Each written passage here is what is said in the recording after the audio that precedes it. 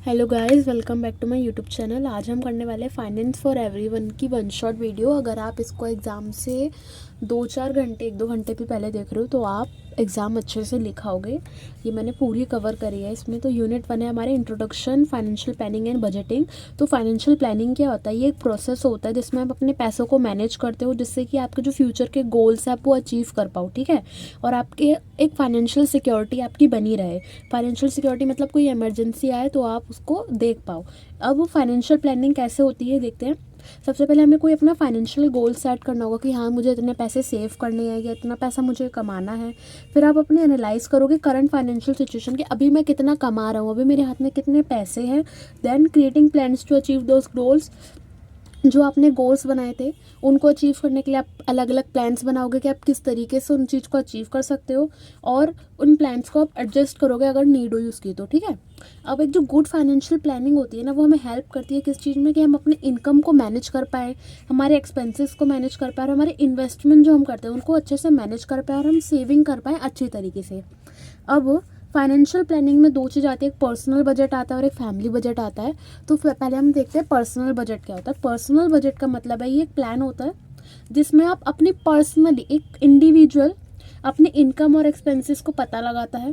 फिर उसके बेसिस पे वो देखता है कि उसे कौन सी चीज़ें हैं जो उसको रखनी चाहिए, एक्सपेंसेस करने चाहिए, कौन सी नहीं करनी चाहिए, राइट। अब आगे देखते हैं। एक अच्छी पर्सनल बजट से क्या होता है, हम बेफालतू के हम डेट नहीं लेते, हमें जितना हमारे हाथ में पैसा होता है हम उतना ही खर्च करते हैं। एक पर्सनल बजट बनाने के क्या स्टेप होते हैं? सबसे पहले अपनी इनकम को ट्रैक करो, देन अपनी लिस्ट बनाओ सारे एक्सपेंसेस जो आप करते हो, ठीक है। फिर आप अपनी प्रायोरिटी सेट करो कि एसेंशियल और नॉन एसेंशियल कौन से एक्सपेंसेस आपके लिए ज़रूरी है और कौन से नहीं है। जो ज़रूरी नहीं होते आप कट कर देते हो उन्हें, ठीक है। क्रिएट अ सेविंग गोल। आप एक गोल बनाओ कि मैं इतना सेव करूँगा फॉर फ्यूचर पर्पस, या फिर कोई अनहोनी हो जाए फ्यूचर में उसके लिए। और फिर आप अपने स्पेंडिंग को एडजस्ट करोगे। वही मैंने बताया कि एसेंशियल नॉन एसेंशियल में आप डिवाइड करोगे, जो नॉन एसेंशियल है आप उन्हें आप कट कर दोगे, ठीक है। अब ये तो हो गया पर्सनल बजट। अब फैमिली बजट क्या होता है? ये पर्सनल जैसा ही है, लेकिन इसमें पूरी फैमिली की इनकम और फैमिली के एक्सपेंसेस इंक्लूड होते हैं। इसमें क्या होता है, फैमिलीज़ को ये हेल्प करता है किस चीज़ में, कि वो एक साथ काम कर सके और फाइनेंशियल रिसोर्सेज का अच्छी तरीके से यूज़ कर सके, जिससे कि वो फ्यूचर में अपने अच्छे गोल्स पूरे कर सके, जैसे कि घर खरीदना या फिर वेकेशन पे जाना, ठीक है। अब इसके स्टेप्स क्या होते हैं इनको देखते हैं। इसमें बिल्कुल उसके जैसे स्टेप है, लेकिन बस वही वहाँ इंडिविजुअल का था, यहाँ पे फैमिली का है कि फैमिली की इनकम को कंबाइन करो, फैमिली के एक्सपेंसेस को देखो। फिर एक फाइनेंशियल गोल्स बनाओ कि कौन कौन से ज़रूरी है, जैसे बच्चों की एजुकेशन या वेकेशन, ये सब। फिर एमरजेंसीज के लिए सेव करके रखो, और उसको रिव्यू करो रेगुलरली कि कोई अपडेट आ रहा है, अगर किसी की सैलरी में, तो सबको आप रिव्यू करो, ठीक है। अब हमने समझ लिया कि प्लानिंग और बजटिंग क्या होता है, उसकी इंपॉर्टेंस क्या है यहाँ पे। इससे हमारे पैसे पे हमारा कंट्रोल होता है। अगर मुझे पता है मैं इतना कमा रहा हूँ और मैं इतना खर्च कर रहा हूँ, तो मुझे पता है कि मैं कहाँ पैसे लगा रहा हूँ, राइट। मुझे फाइनेंशियल सिक्योरिटी रहेगी आने वाले टाइम के लिए, और मैं अपने कोई गोल्स अचीव करना चाहती हूँ तो मैं कर सकूँगी, क्योंकि मैंने सेविंग कर रखी होगी। एग्जाम में क्वेश्चन आ सकता है, वो आपको कहेंगे कि फैमिली बजट बना के दिखाओ या पर्सनल बजट बना के दिखाओ। तो दोनों सेम ही होते हैं। देखो, फैमिली का मैंने बनाया क्योंकि थोड़ा टफ लगता है बच्चों को। तो उसमें क्या है, पेरेंट 1 की सैलरी आप लिख के दिखा दोगे, पेरेंट 2 की सैलरी लिख दोगे, और कहीं से और भी पैसा आ रहा है वो लिख दोगे, और उनके अमाउंट। अगर पर्सनल है तो सिर्फ अपनी सैलरी लिखोगे और उसका अमाउंट। ये हो गया आपकी इनकम। अब नीचे लिख दोगे आप सारे एक्सपेंसेस का नाम लिख देना, रेंट, ग्रोसरी से सब मैंने लिख दिया, यूटिलिटी, ट्रांसपोर्टेशन। थोड़ा सेव करोगे, एंटरटेनमेंट के लिए भी रखोगे, जो खर्चे हैं वो लिख दोगे। फिर पूरी इनकम में से जब आप सारे एक्सपेंसेस माइनस कर दोगे, तो जो आपका अमाउंट बच के आएगा, आप उसका क्या कर सकते हो, आप उसे सेव कर सकते हो, या फ्यूचर नीड के लिए आप उसको यूज़ कर पाओगे, या फिर आप उसे इन्वेस्ट कर सकते हो, राइट। अब हम आते हैं यूनिट 2 पे। जो हमारे यूनिट 2 है, ये बेसिकली हमारी बैंकिंग सर्विस पर है। बैंकिंग सर्विसेज के दो एस्पेक्ट होते हैं, टाइप ऑफ डिपॉजिट और type of loan. Types of deposit क्या होते हैं वो देखते हैं। ये वो अमाउंट होता है जो आप बैंक में डालते हो सेव करने के लिए और उस पर इंटरेस्ट कमाने के लिए, ठीक है। अब बैंक अलग अलग टाइप के डिपॉजिट अकाउंट हमें देता है। कौन कौन से होते हैं? सेविंग अकाउंट होते हैं, कॉमन टाइप का होता है जो सबका होता है, ये पर्सनल सेविंग के लिए होता है। इसमें क्या होता है, आप इसमें पैसा डिपॉजिट कर सकते हो, विड्रॉ कर सकते हो किसी भी टाइम पे जब आपका मन करे। इसमें आपको बैंक उस पैसे पे इंटरेस्ट पे करता है, लेकिन बहुत कम रेट पे आपको इंटरेस्ट मिलता है इसमें। सेविंग अकाउंट में आपके पैसे पे आपका पूरा एक्सेस रहता है, आप जब मर्जी चाहो उसे एटीएम या फिर ऑनलाइन बैंकिंग के थ्रू निकाल सकते हो। दूसरा आता है हमारा फिक्स डिपॉजिट। ये क्या होता है, इसमें आप एक लमसम अमाउंट फिक्स पीरियड के लिए डाल देते हो बैंक में, मान लो 1 साल 2 साल जितने भी। अब इसमें क्या होगा, बैंक इसमें आपको एक हायर इंटरेस्ट देगा उस पैसे के बदले, और आप इस पैसे को नहीं निकाल सकते जब तक आपका वो टाइम पूरा ना हो जाए, नहीं तो आपको पेनल्टी देनी पड़ेगी, ठीक है। ये उन लोगों के लिए अच्छा रहता है जो नहीं चाहते अपनी सेविंग का कुछ यूज करना, तो वो एक जगह डाल के उन्हें रख देते कि हाँ भाई इंटरेस्ट आता रहेगा, ठीक है।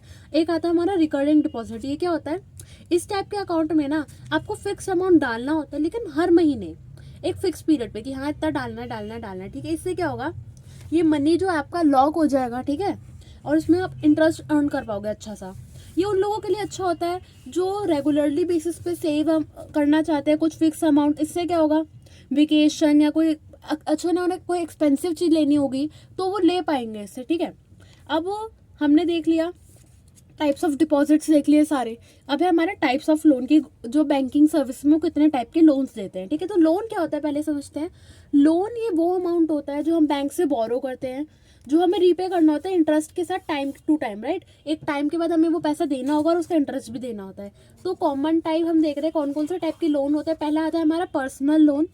पर्सनल लोन पर्सनल एक्सपेंसेस के लिए यूज़ किया जाता है, जैसे अपनी कोई मेडिकल बिल भरना है या अपनी कोई आपको वेडिंग के लिए या फिर घर रिपेयर कराना है, उस सब के लिए, ठीक है। इसके फीचर क्या होते हैं, आपको इसमें कोई कोलेट्रल नहीं देना होता है। कोलेट्रल होता है सिक्योरिटी। सिक्योरिटी मैं कहूँ तो गिरवी जैसे रखते हैं, तो इसमें हमें कुछ भी गिरवी नहीं रखना होता है।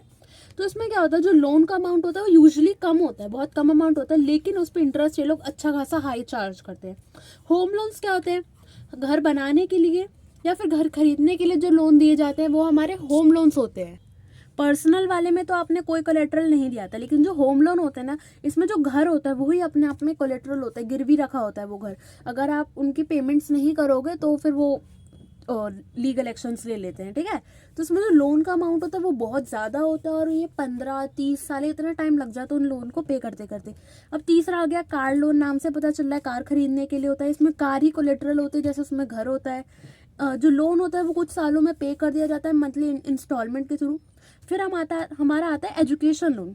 अब एजुकेशन लोन क्या होता है, ये स्टूडेंट्स को दिया जाता है जैसे वो अपने हायर एजुकेशन पूरी कर पाए, जैसे ट्यूशन फीस और बुक्स वगैरह खरीद पाए। तो उसका फीचर क्या होता है, इसमें आपको अपने जो आप पढ़ाई कर रहे हो जहाँ से, उसके आपको डॉक्यूमेंट्स बैंक में सबमिट करने होंगे एज अ प्रूफ कि हाँ आप सच में ये लोन एजुकेशन पर्पज़ के लिए ले रहे हो। और ये जो लोन होता है ये आपको तब पे करना होता है जब आप पूरी पढ़ाई कर लेते हो और आपकी जॉब लग जाती है, तब आपको ये लोन रीपे करना होता है, ठीक है। अब आता है हमारा ऑनलाइन बैंकिंग की क्या क्या सर्विस होती है। ऑनलाइन बैंकिंग क्या होता है, जो हम आज के टाइम पे कर रहे हैं फ़ोन के थ्रू जो हम करते हैं। तो ये क्या होता है, ये हमें अलाउ करता है बैंकिंग को हम कहीं से भी बैठ के कर सकते हैं यूजिंग द इंटरनेट, ठीक है। Some of the online services include क्या क्या आ जाता है उसमें, जैसे कि अपना आप अकाउंट का बैलेंस चेक कर सकते हो कितना है, आप कहीं पे भी पैसे ट्रांसफर कर सकते हो, अपना कोई भी बिल पे कर सकते हो। तो बेसिक चीज़ें जो हम आजकल कर रहे हैं, ठीक है। तो वही सब आप किसी लोन के लिए अप्लाई कर सकते हो या फिर कोई नया अकाउंट खोल सकते हो, और भी बहुत सर्विसेज होती हैं। इसकी इम्पोर्टेंस क्या है, इससे वही फाइनेंशियल कंट्रोल आ रहा है, आपके पैसे पे आपका पूरा कंट्रोल है, आपको किसी को भेजना है चेक करना है आप कर सकते हो। एक स्मार्ट बोरिंग आप कर सकते हो, आप लोन्स देख सकते हो अलग अलग, आप वहाँ से ले सकते हो। कन्वीनियंस के लिए बहुत आसान हो जाता है, मे बी आपके पास कभी कैश ना हो, लेकिन ऑनलाइन उससे बड़ी हेल्प हो जाती है आज के टाइम में, राइट। अब देखो टाइप्स ऑफ बैंक। अब हमने ऑनलाइन बैंकिंग सर्विस सब पढ़ लिया, अब हमें पता होना चाहिए कितने टाइप के बैंक होते हैं। यहाँ पे मेनली 4 हैं। कमर्शियल बैंक तो वही जो हम सारे बैंक्स यूज़ करते हैं, वो सारे कमर्शियल बैंक्स। कोऑपरेटिव बैंक कौन से होते हैं, ये स्मॉल बिजनेसेस को सर्व करते हैं या फिर फार्मर्स को सर्व करते हैं, मतलब ये मेन फोकस करते हैं कि जो छोटे बिजनेस है उनको लोन प्रोवाइड करना, इन सब के लिए। रीजनल रूरल बैंक क्या होते हैं, रूरल से ही नाम से पता चल रहा है कि ये रूरल एरियाज को सपोर्ट करते हैं, जो गाँव वाली जगह होती है उनके लिए ये बैंक्स खोले जाते हैं, ठीक है। Then we have development banks. ये क्या होता है, ये लार्ज स्केल प्रोजेक्ट्स जो होते हैं, इंफ्रास्ट्रक्चर वाले प्रोजेक्ट होते हैं, उनके लिए बनाए होते हैं, उनको हेल्प करते हैं ये, ठीक है। Now we have KYC norms. KYC तो जैसे अभी हम बैंक जाते हैं तो हम करवाते ही हैं, ठीक है। तो वो ही है, बस और कुछ नहीं है। KYC की फुल फॉर्म क्या होती है, नो योर कस्टमर। इसमें बैंक आपसे नो योर कस्टमर KYC इसलिए करवाते हैं जिससे उसको अपने कस्टमर के बारे में पता रहे। इसके लिए क्या क्या चाहिए होता है, हमें पैन कार्ड चाहिए होता है और एक एड्रेस का प्रूफ चाहिए होता है, ठीक है। इससे आपका KYC होती है। अब यहाँ अदर बैंकिंग सर्विसेज क्या क्या है, सिबिल स्कोर। सिबिल स्कोर क्या होता है, किसी भी इंसान का सिबिल स्कोर की अगर हम बात करें तो ये क्रेडिट स्कोर होता है जो डिटरमाइन करता है आपकी लोन एलिजिबिलिटी। मतलब कि ये एक स्कोर होता है जिसके बेसिस पे जिसको देख के आपको कोई भी बैंक लोन देगा, ठीक है, वो आपका सिबिल स्कोर होता है। काउंटरफीट करेंसी चेक, ये एक मेथड होता है जिसमें बैंक चेक करते हैं कि फेक नोट है या असली नोट्स है, ठीक है। रिजॉल्विंग इश्यूज में क्या आता है, अगर कोई प्रॉब्लम अगर आपको आ रही है बैंक से रिलेटेड तो आप वो कैसे रिजॉल्व कर सकते हो। या तो आप बैंकिंग कंप्लेंट, बैंक में आप कंप्लेंट करोगे कि ये प्रॉब्लम आ रही है, या फिर क्या होता है बैंकिंग ओम्बड्समैन। अब ये क्या है, देखो ये एक लीगल बॉडी होती है जो कोई भी वो प्रॉब्लम को रिजॉल्व करती है जो बैंक नहीं कर पा रहा है, कि अगर कोई ऐसी इशू क्रिएट हो गया जो बैंक नहीं सॉल्व कर रहा है तो वो बैंकिंग ओम्बड्समैन क्लियर करेगा, ठीक है। अब यूनिट 2 कंप्लीट, यूनिट 3 पे आते हैं। यूनिट 3 किस पे है, financial service from India post office. Indian post office से जो फाइनेंशियल सर्विस मिलती है उसके ऊपर है, ठीक है। इसमें क्या है, the post office saving schemes हैं। ये स्कीम्स क्या होती है, ये सेफ होती है, रिलायबल होती है। ऑप्शन किस चीज़ के लिए, पैसे को सेव करने के लिए और पैसे को ग्रो करने के लिए, ठीक है। अब इसमें क्या क्या आता है, पोस्ट ऑफिस सेविंग स्कीम्स में क्या क्या आता है, ये देखो। सेविंग बैंक अकाउंट जो हमने पढ़ लिया क्या होता है, रिकरिंग डिपॉजिट भी हमने पढ़ लिया, फिक्स डिपॉजिट हमने पढ़ लिया, मंथली इनकम स्कीम्स क्या होता है। अब हम ये देखते हैं, जो हमने पढ़ लिया वो आप पीछे देखो, ठीक है। अब मंथली इनकम स्कीम्स क्या होती हैं, ये एक स्टेडी मंथली इनकम होती है जो आपके डिपॉजिट पे दी जाती है, ठीक है। ये होती है आपकी monthly income scheme. Then we have Kisan Vikas पत्र, KVP। ये आपको शॉर्ट इनके बारे में याद करना होगा, ठीक है।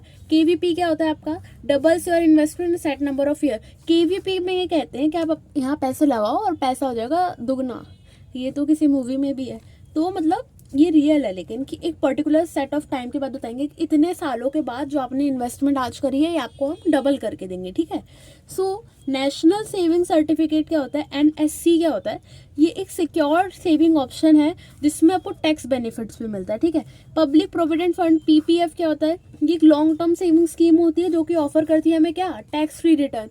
इसके रिटर्न पे हमें टैक्स नहीं भरना होता। सीनियर सिटीजन सेविंग स्कीम क्या होती है, ये हाई रिटर्न प्रोवाइड करवाती है किस पे, जो सेविंग ऑप्शंस हैं सीनियर सिटीजन के लिए, ठीक है। Now we have Sukanya Samriddhi योजना। ये एक सेविंग प्लान होता है लड़कियों के लिए एक अच्छे इंटरेस्ट रेट के साथ। अच्छा इंटरेस्ट क्या हो गया, अच्छा इंटरेस्ट रेट हो गया मतलब कि कम इंटरेस्ट रेट, अट्रैक्टिव, वो हो गई बात, ठीक है। अब क्या है हमारा second, India post payment bank, IPPB। ये क्या है, ये एक मॉडर्न बैंकिंग सर्विस है जो ऑफर करी जा रही है पोस्ट ऑफिस के द्वारा। वही जो अब सब चीज़ ऑनलाइन हो गई है, मॉडर्न हो गई है, राइट। इसके थ्रू आप क्या क्या कर सकते हो, आप सेविंग अकाउंट ओपन कर सकते हो ऑनलाइन आप पेमेंट कर सकते हो, आप मनी ट्रांसफ़र कर सकते हो इजीली, जो आप कर रहे हो आजकल, ठीक है। वही सब मनी ट्रांसफ़र सर्विसेज में क्या आता है, इसमें जो पोस्ट ऑफिस है ना वो हेल्प करता है पैसों को सेंड करने और रिसीव करने के लिए, ठीक है। इंडिया में भी और इंटरनेशनली भी। मनी ऑर्डर क्या होता है, ये एक ट्रेडिशनल वे है जिसमें पैसा ट्रांसफ़र करा जाता था, भेजा जाता था अक्रॉस दी इंडिया सेफली, बिल्कुल पैसा इधर से उधर जाया जाता था मनी ऑर्डर के थ्रू, ठीक है। अब ई मनी ऑर्डर क्या है, इसी का ही एक फास्टर और एक इलेक्ट्रॉनिक वर्जन है जो अप टू डेट है आज के टाइम के लिए है, ठीक है। इंस्टेंट मनी ऑर्डर क्या होता है, ये क्विक मनी ट्रांसफ़र है विद इन द कंट्री की, अगर क्विकली अगर आपको करना है तो आप ये वाला करोगे, ठीक है। इंटरनेशनल मनी ट्रांसफ़र क्या होता है, ये एक सर्विस है जो कि कोलैबोरेशन से बनाई गई थी ग्लोबल ऑर्गेनाइजेशंस की। इसके अंदर क्या क्या आता है, वेस्टर्न यूनियन आता है वर्ल्ड वाइड ट्रांजेक्शन के लिए, पैसे को भेजने के लिए और पैसा लेने के लिए। सेम ही उसका है मनीग्राम, जो मैंने एरो बनाया ना कि इसी के जैसा अनदर हमारा मनीग्राम है, ठीक है। अभी MO विदेश क्या है, इसमें पैसा ट्रांसफ़र होता है सिर्फ अब्रॉड में, ठीक है। अब हमारा आ रहा है इंडियन पोस्टल ऑर्डर, IPO क्या होता है, देखो एक सिंपल वे है किस चीज़ की, पे करने के लिए या रिसीव करने के लिए पैसा, किस चीज़ के लिए, जो गवर्नमेंट रिलेटेड फीस होते हैं उनको भरने के लिए, उनसे पैसा लेने के लिए, एक सिंपल वे हमारा बनाया गया IPO, ठीक है। ये यूनिट इंश्योरेंस सर्विसेज पे। इंश्योरेंस सर्विसेज क्या होती है, ये प्रोवाइड कराई जाती है, फाइनेंशियल सिक्योरिटी हमें देती है किसी अनफोर्सिन रिस्क के। अनफोर्सिन रिस्क क्या हो गया, आने वाले कल में कोई हादसा हो जाए, कुछ हो जाए, उनके लिए जो सिक्योरिटी प्रोवाइड कर जाती है वही हमारा इंश्योरेंस सर्विस होता है। मेन टाइप ऑफ इंश्योरेंस क्या होता है और उनके ऑप्शन क्या क्या अवेलेबल होते हैं देखते। सबसे पहले हमारा आ रहा है लाइफ इंश्योरेंस पॉलिसी। ये क्या होता है, ये हमें फाइनेंशियल प्रोटेक्शन देता है कब, इन केस अगर आपकी अनटाइमली डिमाइस हो जाए, मतलब कि आपकी एकदम से अगर डेथ हो जाए तो ये आपकी फैमिली को एक लमसम अमाउंट प्रोवाइड कराती है। लिखा है लाइफ इंश्योरेंस में आ रहे हैं हम, provide lump sum amount to your family after your death. अगर आप मर जाते हो तो आपकी फैमिली को एक अच्छा खासा ये पैसा देते हैं, या हमारा लाइफ इंश्योरेंस में आ गया। टर्म लाइफ इंश्योरेंस में क्या आता है, cover you for a specific term, with no maturity benefit, affordable and ideal for high coverage. मतलब कि ये किसी स्पेसिफिक टर्म के लिए होता है, मतलब कि 10 साल या 20 साल के इसके बीच में कुछ हुआ तो आपकी फैमिली को पैसा मिलेगा, नहीं तो मेच्योरिटी जैसे 10 साल तक का था, आपको कुछ नहीं हुआ तो जो आपने पैसा जो भरा है वो आपको वापस नहीं मिलेगा, लेकिन कुछ हो जाता है तो वो आपकी फैमिली को उस टाइम में पैसा देंगे, ठीक है। Then we have endowment policy. ये क्या होता है, ये कंबाइन होता है किसका, लाइफ इंश्योरेंस का और सेविंग का। इसमें क्या होता है, ये आपको ऑफर करते हैं पे आउट आफ्टर मेच्योरिटी और डेथ। अब देखो इसमें क्या था, इसमें ये पैसा नहीं दे रहे थे मेच्योरिटी के टाइम पे कि 10 साल हो गए पैसा नहीं लौटा रहे, लेकिन एंडोमेंट वाले में क्या है, अगर 10 साल में आपको कुछ हुआ तो ठीक फैमिली को पैसा मिल जाएगा, लेकिन आपको कुछ नहीं हुआ अच्छी बात है तो वो आपको जो पैसा आपका इकट्ठा हुआ है एज अ सेविंग आपको वापस कर दिया जाता है। Then we have pension policies. इसमें क्या होता है, रिटायरमेंट के लिए आपको हेल्प करते हैं कि आप पैसा सेव करो अब जब आप अर्न कर रहे हो तब। फिर इससे क्या होगा, वो आप इंश्योर करेंगे वो लोग आपको कि आपको एक रेगुलर इनकम मिल पाए पोस्ट रिटायरमेंट। पोस्ट रिटायरमेंट मतलब कि जब आपकी रिटायरमेंट हो जाएगी उसके बाद आपको रेगुलर इनकम मिलती जाए, ठीक।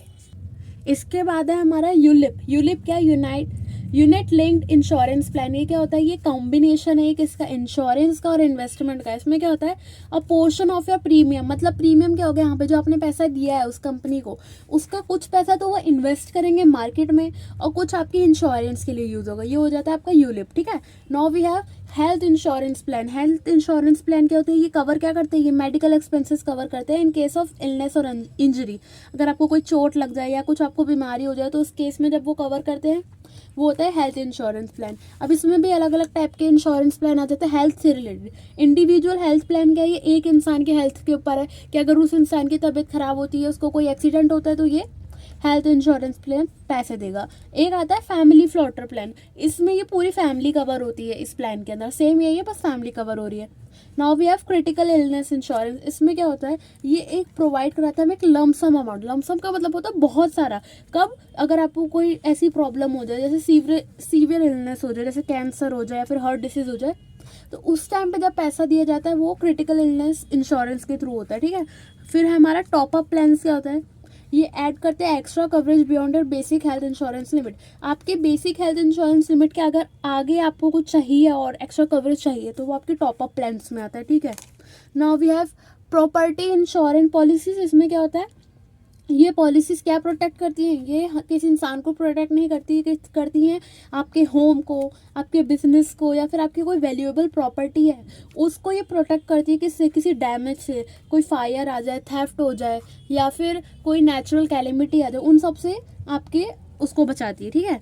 Now post office life insurance scheme, ये ज़्यादातर फॉर रूरल एरियाज बनाई जाती है, जो गाँव के लोग होते हैं उनके लिए होता है। इसमें क्या क्या होता है, पोस्टल लाइफ इंश्योरेंस PLI, ये क्या ऑफर करता है, ये लाइफ इंश्योरेंस ऑफर करता है गवर्नमेंट एम्प्लॉयज़ को, जो प्रोफेशनल्स होते हैं उनको, ठीक है। रूरल पोस्टल लाइफ इंश्योरेंस क्या होता है, ये लाइफ इंश्योरेंस किसको देते हैं, जो रूरल रेजिडेंट होते हैं, लो प्रीमियम। लो प्रीमियम मतलब कम अमाउंट में ही जो गाँव के लोग होते हैं उनके लिए होता है। कौन सा, rural postal life insurance, okay. Now comparing policies, मतलब कि कौन सी पॉलिसी मुझे लेनी चाहिए या नहीं, कौन सी पॉलिसी मेरे लिए ठीक है, वो आपको कैसे पता लगेगा। जब आप चूज करते हो कोई इंश्योरेंस पॉलिसी तो आपको देखना होगा उसका प्रीमियम क्या है, आपको कितना पैसा देना पड़ा है, वो कवरेज क्या है उसकी, उसके बेनिफिट क्या है, और उसके क्रॉस देखोगे डिफरेंट कंपनीज में कि किसके क्या क्या बेनिफिट आ रहे हैं और क्या क्या प्रीमियम वो ले रहे हैं, क्या कवरेज दे रहे हैं, ठीक है। आप चेक करोगे उनका क्लेम सेटलमेंट रेशो कितना है, कि वो कितने जल्दी उनके क्लेम प्रोसेस होते हैं और नहीं होते, ठीक है। और क्या एसेस करोगे, नेटवर्क ऑफ हॉस्पिटल्स और service provider for health insurance. आसपास के हॉस्पिटल में जाके या फिर जो आपके हेल्थ इंश्योरेंस प्रोवाइडर है उनसे आप एक बार डिस्कस करोगे। अब इसके साथ हमारी यूनिट 4 भी कंप्लीट हो गई। यूनिट 5 हमारी है स्टॉक मार्केट पे। मैं एक बात आपको बोलूँ, अगर आप ये सब्जेक्ट्स पढ़ते हो ना तो इस बेसिस पे पढ़ा करो कि आपकी नॉलेज बढ़े, ना कि सिर्फ आप रट्टा लगाया करो, क्योंकि समझोगे ना तो बाद में पर्सनल प्रोफेशनल लाइफ में बहुत हेल्प करती हैं ये सारी चीज़ें आपको स्टैंड आउट करने के लिए बाकी लोगों से।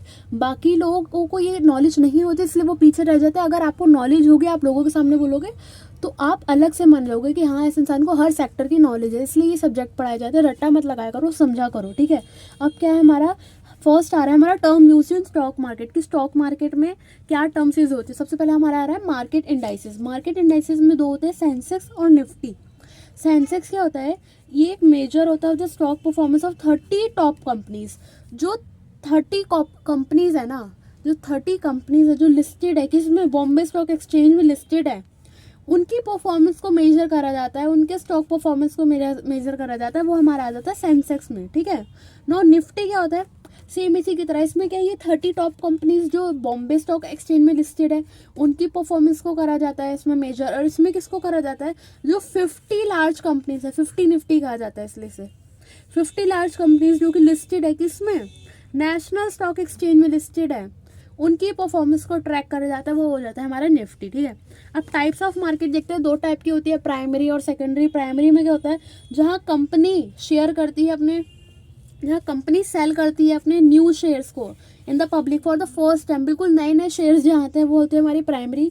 सेकेंडरी में क्या होता है, वो जो शेयर जो आ चुके हैं ना वही एक्सिस्टिंग शेयर्स में ट्रेड होते रहते हैं इधर से उधर इधर से उधर, तो वो आपकी सेकेंडरी मार्केट होती है, ठीक है।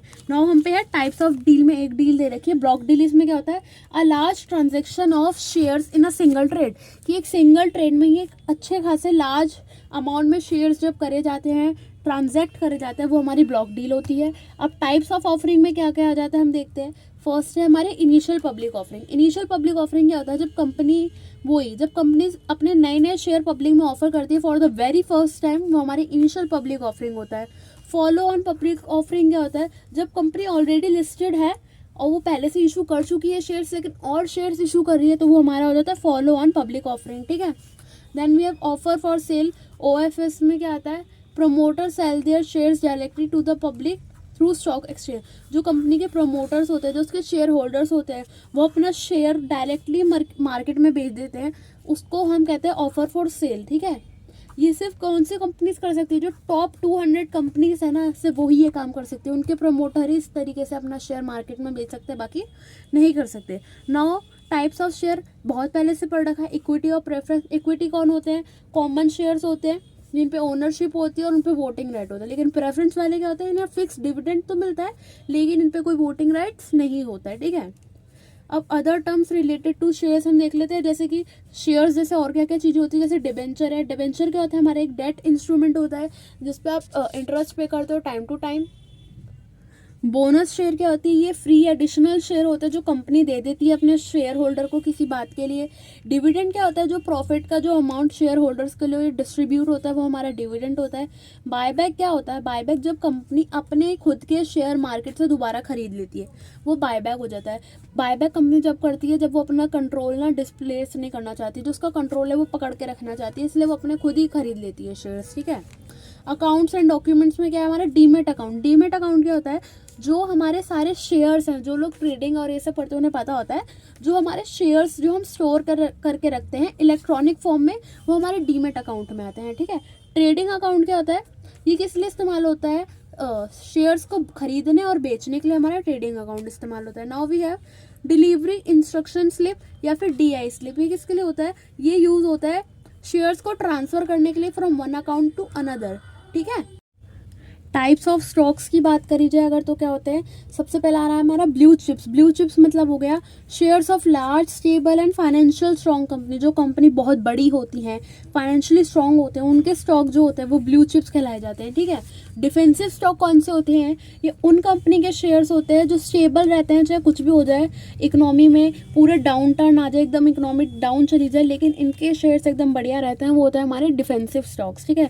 अब स्टॉक का प्राइस क्या क्या देख सकते हैं, हमारा स्टॉक के प्राइस का फेस वैल्यू क्या होता है, जो किसी भी स्टॉक की जो ओरिजिनल प्राइस है वो उसका फेस वैल्यू हो गया, ठीक है। लेकिन मार्केट वैल्यू क्या होता है, जो उसका करंट प्राइस है। मान लो उसका ओरिजिनल प्राइस है मान लो 20 रुपये, लेकिन अभी आजकल मार्केट उसकी डाउन चल रही है तो उसका प्राइस हो गया 15 रुपये, तो वो तो हो गया करंट प्राइस, लेकिन रियल में कितने का था, वो 20 का था, वो हो गया ओरिजिनल प्राइस, ठीक है। मार्केट कैपिटलाइजेशन क्या होती है, ये टोटल मार्केट वैल्यू होती है किसकी, कंपनी के सारे शेयर्स की जो टोटल मार्केट वैल्यू आती है वो हमारी हो जाती है मार्केट कैपिटलाइजेशन, ठीक है। नाउ स्टॉक मार्केट के सेशंस होते हैं अलग अलग, मतलब कि जब stock market pre opening session में क्या होता है कि जब ये कब होती है, जब मार्केट खुलती है, इस टाइम क्या होता है, डिटरमाइन करते हैं ओपनिंग प्राइस। ओपनिंग प्राइस पता लगाते हैं कि क्या होने वाला है, ठीक है।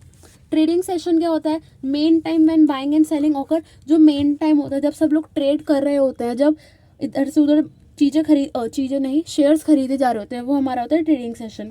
Opening price and closing price क्या होता है, the first and last price of a stock during the day.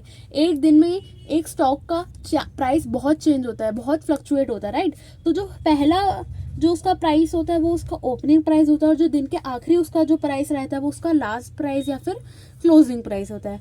Business days basically वही होते हैं जिस दिन स्टॉक मार्केट खुली होती है। ओके, मार्केट ट्रेंड्स क्या होते हैं हमारे, दो टाइप के होते हैं, बुल मार्केट और बियर मार्केट। बुल मार्केट के टाइम पे क्या होता है, जो स्टॉक के प्राइसेस होते हैं वो बहुत अच्छे से बढ़ रहे होते हैं, और जो इन्वेस्टर्स होते हैं ना वो ऑप्टिमिस्टिक होते हैं, मतलब प्राइस बढ़ रहा है, मार्केट बहुत अच्छी चल रही है, और जो हमारे इन्वेस्टर हैं वो क्या बहुत ऑप्टिमिस्टिक है। ऑप्टिमिस्टिक मतलब क्या होता है, बहुत पॉजिटिव थिंकिंग रखते हैं और उन्हें बहुत होप है कि हाँ प्राइस अच्छे जाएंगे, आज मैं अच्छा अर्न करके जाऊँगा। बियर मार्केट के टाइम क्या होता है, जो प्राइस होते हैं ना स्टॉक के वो बहुत तेज़ी से गिर रहे होते हैं, एकदम फॉलिंग होते हैं। तो जो इन्वेस्टर होते हैं वो क्या हो रहे होते हैं हमारे, वो होते हैं हमारे पेसिमिस्टिक। ठीक है, पेसिमिस्टिक का मैंने मतलब यहाँ लिख दिया है, नेगेटिव थिंकिंग होती है उनकी, या फिर उन्हें कोई होप नहीं होती उस टाइम कि मार्केट से हम कुछ अर्न कर पाएंगे। रिस्क मैनेजमेंट में आ जाता है हमारा फर्स्ट ऑफ ऑल रिस्क क्या होता है, ये एक पॉसिबिलिटी है, हमें पता है कि कोई भी इन्वेस्टमेंट करते हैं तो उस पर एक पॉसिबिलिटी होती है कि हाँ हमारा पैसा डूब सकता है, तो वही हमारा रिस्क होता है।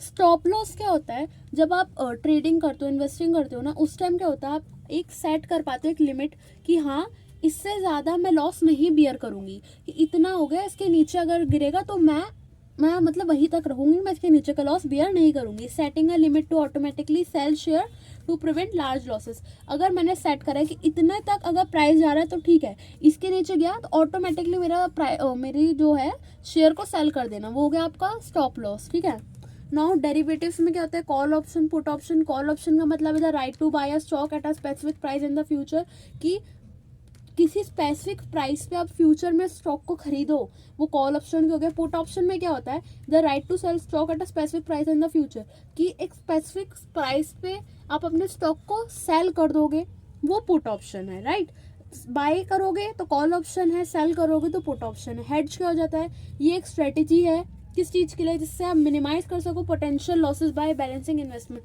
अलग अलग इन्वेस्टमेंट को बैलेंस करके आप अपने लॉस को कम से कम कर पाओ, वही आपका हेड्ज होता है, वही आपका हेजिंग होता है। ओके, नाउ ये दो बस हमारे अब लास्ट हैं, इसके बाद हमारा पूरी सारी यूनिट्स कंप्लीट हो जाएगी। टैक्सेस ऑन कैपिटल गेन क्या होता है, शॉर्ट टर्म कैपिटल गेन होता है एक, और एक लॉन्ग टर्म होता है। शॉर्ट टर्म में क्या होता है, tax on profit from selling share held for less than 12 month. अगर 12 महीनों से कम अगर में आपको कोई प्रॉफिट हो रहा है अपने शेयर्स को बेच के, तो वो हो गया आपका short term capital gain. Capital gain क्या होता है, कुछ आप बेच देते हो उससे आपको जो गेन हो जाता है वो होता है हमारा कैपिटल गेन। ठीक है, लॉन्ग टर्म वाले में क्या होता है, tax on profit from selling share held for more than 12 month. अगर आपने 12 महीने से ज़्यादा तक आपने वो शेयर रख रखे फिर बेच रहे हो, तो वो आपका लॉन्ग टर्म कैपिटल गेन में आता है, नहीं तो शॉर्ट टर्म में आता है।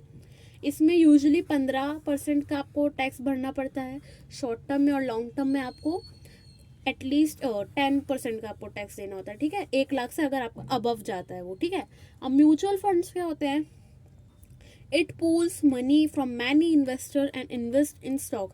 अलग अलग इन्वेस्टर से पैसा लेते हैं, इकट्ठा करते हैं और स्टॉक में लगाते हैं। आता है ना म्यूचुअल फंड, आता है ना उसका एड्स, तो वही होता है। ठीक है, किसी स्टॉक में इन्वेस्ट कर सकते हैं, बॉन्ड में या अदर एसेट में।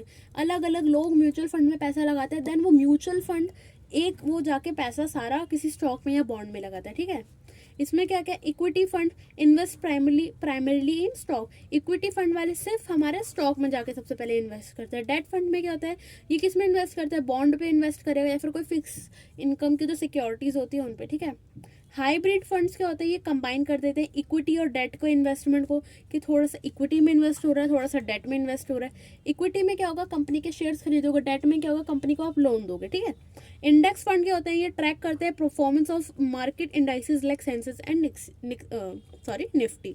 सेंसेक्स और निफ्टी के परफॉर्मेंस को आप एनालाइज करोगे, उनके बेसिस पे आप इन्वेस्ट करते हो, वो आपका इंडेक्स फंड होता है। तो इसी के साथ पूरी फाइनेंस फॉर एवरीवन की थ्योरी कंप्लीट करा दिया, सब मैंने कंप्लीट करा दिया एग्जाम के लिए। So give this video a very big thumbs up, और कमेंट कर देना अगर कुछ गलती हो गई हो या कुछ अच्छा लगा हो तो। Thank you very much.